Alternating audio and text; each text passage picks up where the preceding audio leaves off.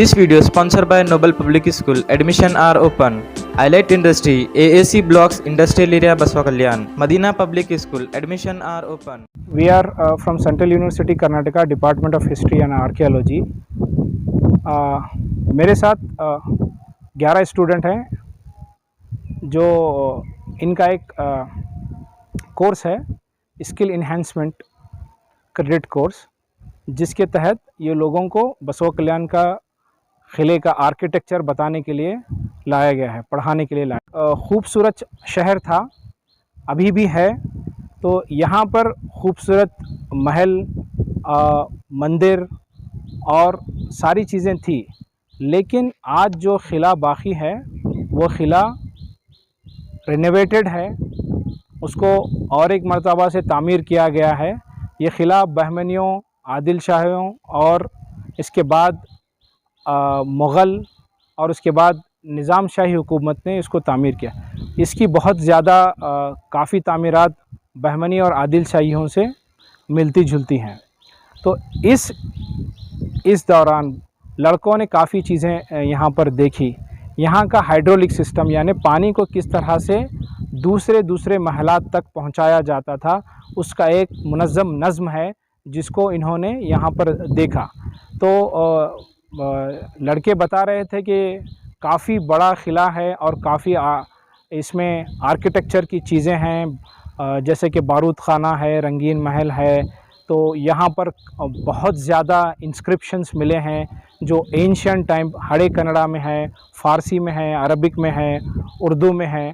तो ऐसा करके यहाँ किले को 3 हिस्सों में तक़सीम किया गया है। पहला ये कि इसको एक डिफेंस स्ट्रक्चर बनाया गया, दूसरा यहाँ पर रेसिडेंशियल एरिया है, तीसरा ऑफिशियल एरिया है।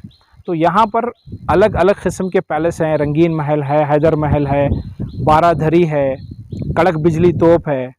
तो आप किले को देखें तो ये किला यहाँ के जो पुराने पत्थर हैं उससे रेनोवेट किया गया है। Residency English Medium Public School. Admission are open. IICA PUN Degree College, Gandhi Chowk, Baswa Kalyan. Yeah, this is the first time we are visiting El Fort, and this is a fort constructed by Kalyani Chalukyas. Later it was took over by Kalachuris, then Yadavas, then the Tughlaq comes and the Bahmani kingdom reconstructed it.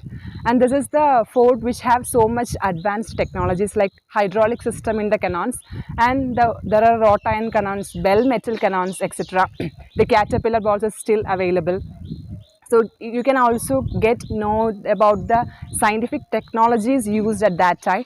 And also there is an not usually found a moat, a well near the moat, and that was also an interesting thing to be found. There is water channels to supply water all over the residential areas of the fort, and there is stucco wall designs, Mughal architectures designs, which has lost, a majority of it is lost. And there is a acoustic reverberation system where you can travel the sound from a specific point and it will reverberate and goes on. That is like you don't need a mic for the certain situations to convey a signal or to convey the message. But at present the plastering is gone, so it is not properly working. And the rest of the thing is, it is easily available. That is a local heritage, but the view, the atmosphere here, and the most dynasties has followed this fort. So it is not a single dynasty or a single kingdom, but you can see a mixture of everything here. So I think this is a very good experience. Thank you. Museum में यहाँ का जो प्राचीन राजाएं थे, जो कल्याणी चालुक्य थे, उनके बारे में हम उनका शिलालेख देख पाए। जो इंस्क्रिप्शन है वो देखे, वो 6 हैं वहाँ पे। वो मोस्टली वैष्णव और शैव पंथ से वो लोग इंस्क्रिप्शन लिखा गया है। वो हाड़ी कन्नड़ा में लिखा गया है वो इंस्क्रिप्शंस। वो मोस्ट ऑफली वहाँ पे बहुत सारे स्कल्पचर्स भी देखे जो हमारे भारत के सभ्यता को रिप्रेजेंट करते हैं।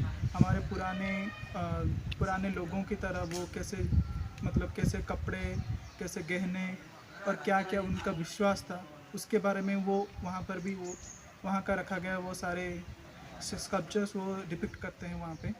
और दूसरी बात, ये एक जैनिज़्म का एक बहुत बड़ा स्थान रहा है जो वहाँ पर हम लोगों को दिखने को मिला कि यहाँ पर कितने सारे जैन मूर्तियाँ, जैन अभिलेख, जैन ये स्कल्पचर्स बहुत सारे यहाँ पर देखने को मिले। वो ऑब्ज़र्व कर सकता हूँ कि पहले राजाओं को आने से पहले यहाँ पर कितना बड़ा जैन धर्म का कितना बड़ा इन्फ्लुएंस था, वो हम इस म्यूज़ियम के दौरान हम जान पाते हैं। आखिरी में यहाँ पर जो औरंगज़ेब के बाद नवाबों ने हुकूमत की, जैसा कि हम देखते हैं कि यहाँ पर शाह खैरुद्दीन की तोपें हमें मिलती हैं हर एक बेस्टन पे। तो उसके बाद इनके निज़ाम ने इसको ओवरटेक किया या निज़ाम ने ले लिया और इनको पायगाज़ को दिया।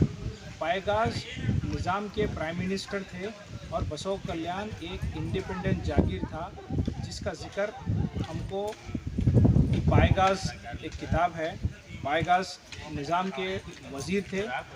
ये निज़ाम की इंडिपेंडेंट जागीर नहीं बल्कि पायगाज़ की इंडिपेंडेंट जागीर थी, जिसका रेवेन्यू सीधे पायगाज़ को जाता था। तो उसकी आखिरी कड़ी जनाब कमालुद्दीन साहब मरहूम थे, जिनका कुछ दिन पहले इंतकाल हो गया।